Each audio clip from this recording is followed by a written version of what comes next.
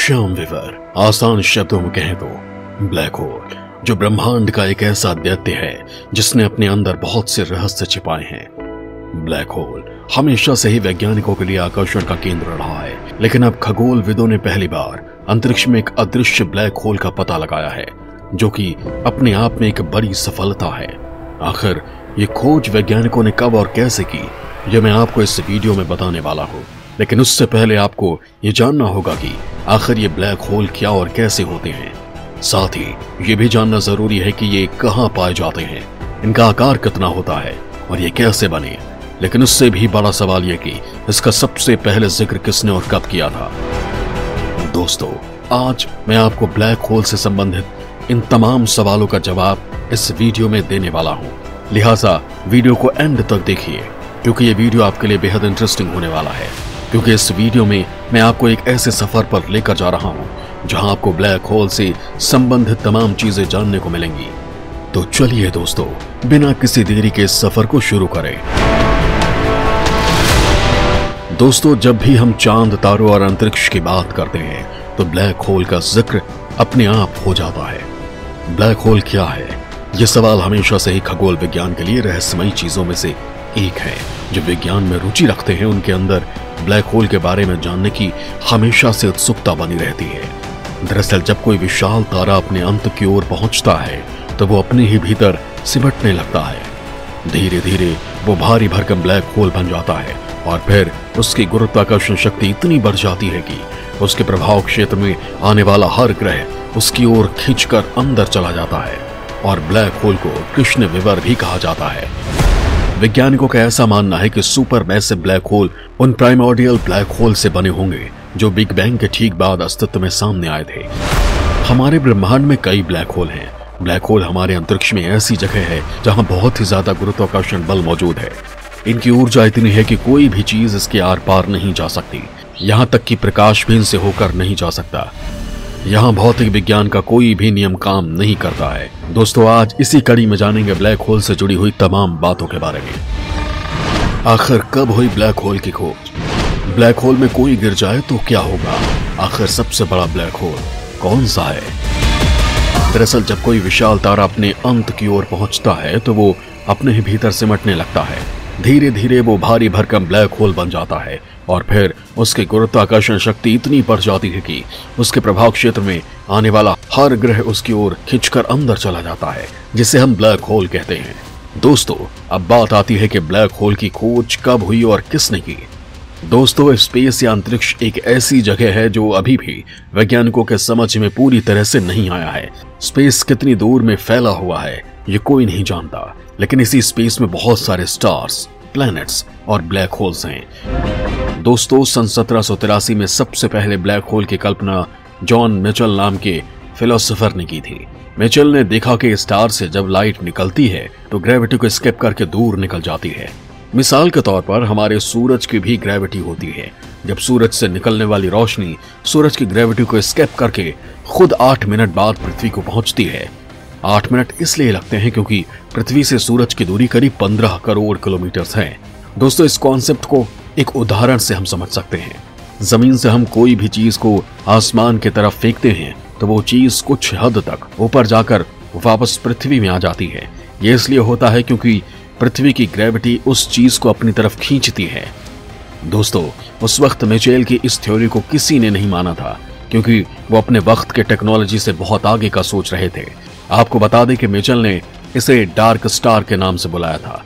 फिर 1915 में Albert Einstein के जनरल रिलेटिविटी के बाद ब्लैक होल्स के बारे में वैज्ञानिकों को अच्छे से समझ में आने लगा। उनके अनुसार मास का जितना ज्यादा ग्रेविटी होगा उतना स्पेस और टाइम में बदलाव आता है। दोस्तों, आइंस्टीन के बाद कार्ल श्वार्ज़शील्ड नाम के वैज्ञानिक ने भी पहले किए गए खोज को साबित किया है और अभी दूसरे वैज्ञानिक ने भी इस रिसर्च में मदद की थी।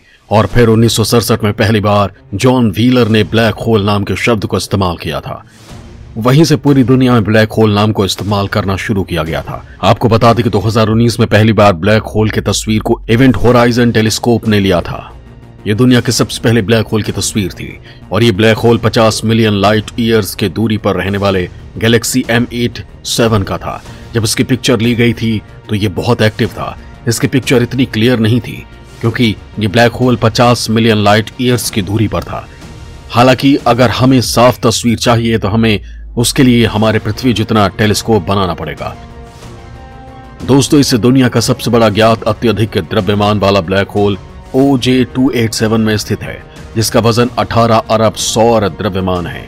लेकिन आप सोचिए कि अगर आप इस ब्लैक होल में चले गए तो क्या होगा? क्या आपको वहां कोई दूसरा ग्रह मिलेगा? दोस्तों, अब जो मैं आपको बताऊंगा उससे जानकर आप वाकई हैरान हो जाएंगे, क्योंकि अगर आप ब्लैक होल के अंदर जाने के बारे में सोच रहे हैं तो यह असंभव है, क्योंकि इसके अंदर पहुंचने से पहले ही आप जलकर राख हो जाएंगे, क्योंकि ब्लैक होल अभी तक भी एक रहस्य बना हुआ है। लेकिन इसको लेकर जर्सी के प्रिंसटन यूनिवर्सिटी के डेनियल हार्लो और कैलिफोर्निया के स्टैनफोर्ड यूनिवर्सिटी के पैट्रिक हाइडन ने एक अध्ययन किया और वर्ष 2013 में इस नतीजे पर पहुंचे कि अगर विश्व के सबसे तेज कंप्यूटर से भी ये पता लगाया जाए कि ब्लैक होल के अंदर के हिस्से का जुड़ाव कैसा है तो भी काफी समय लग जाएगा और तब तक ब्लैक होल अपने आप ही खत्म हो जाएगा। लेकिन दोस्तों, हाल ही में हुई एक रिसर्च में हैरान करने वाली बात सामने आई है, जिससे जानकर आप हैरान हो जाएंगे। दोस्तों, खगोलविदों ने 2019 में ब्लैक होल की पहली प्रत्यक्ष छवि लेने में सफलता हासिल की। ब्लैक होल में चमकने वाली सामग्री की वजह से उसकी छवि लेना संभव हो पाया, लेकिन कई ब्लैक होल का पता लगाना वास्तव में लगभग असंभव है। अब ऐसा लगता है कि हबल स्पेस टेलीस्कोप का उपयोग करने वाली एक अन्य टीम को अंततः कुछ ऐसा मिला है जिसे पहले किसी ने नहीं देखा था। आखिर क्या है ये पूरा मामला, अब मैं आपको बताने वाला हूं। क्या अंतरिक्ष में अदृश्य ब्लैक होल का छिपना होगा मुश्किल?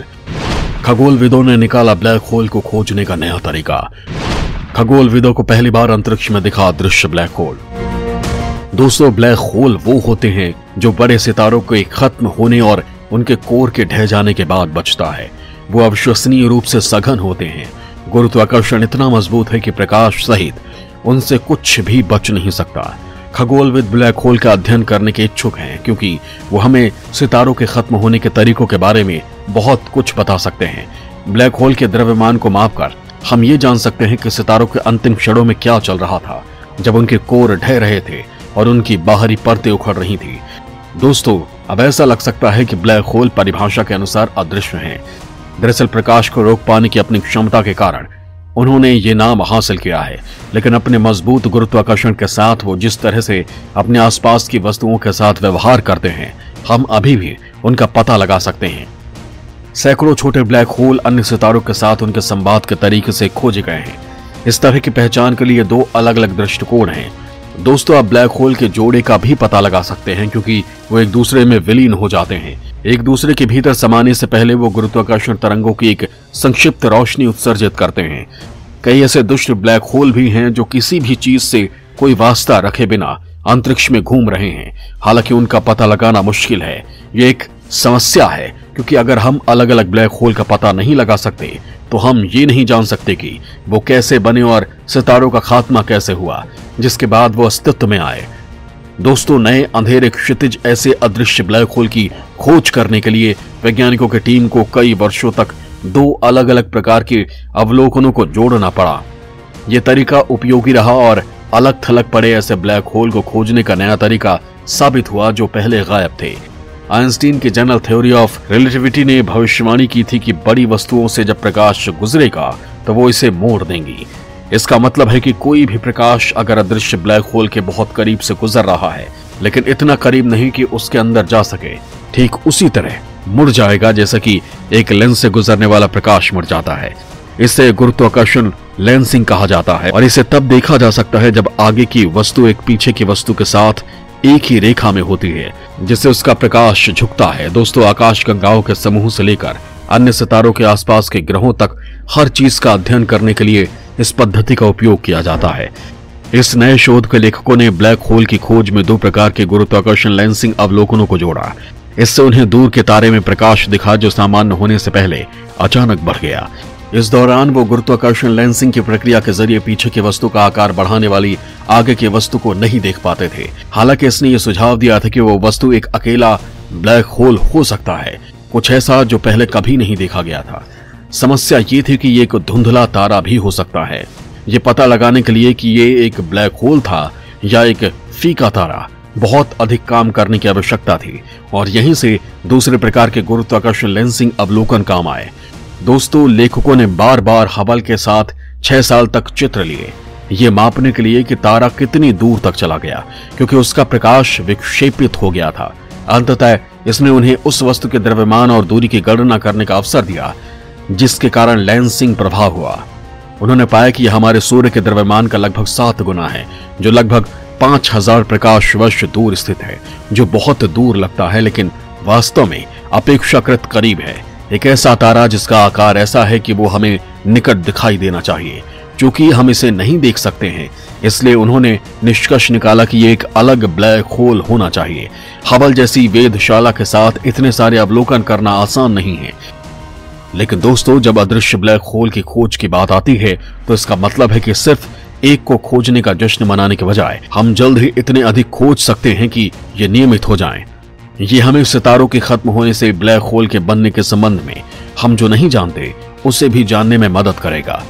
अंततः आकाशगंगा के अदृश्य ब्लैक होल का छिपना अब मुश्किल होने वाला है।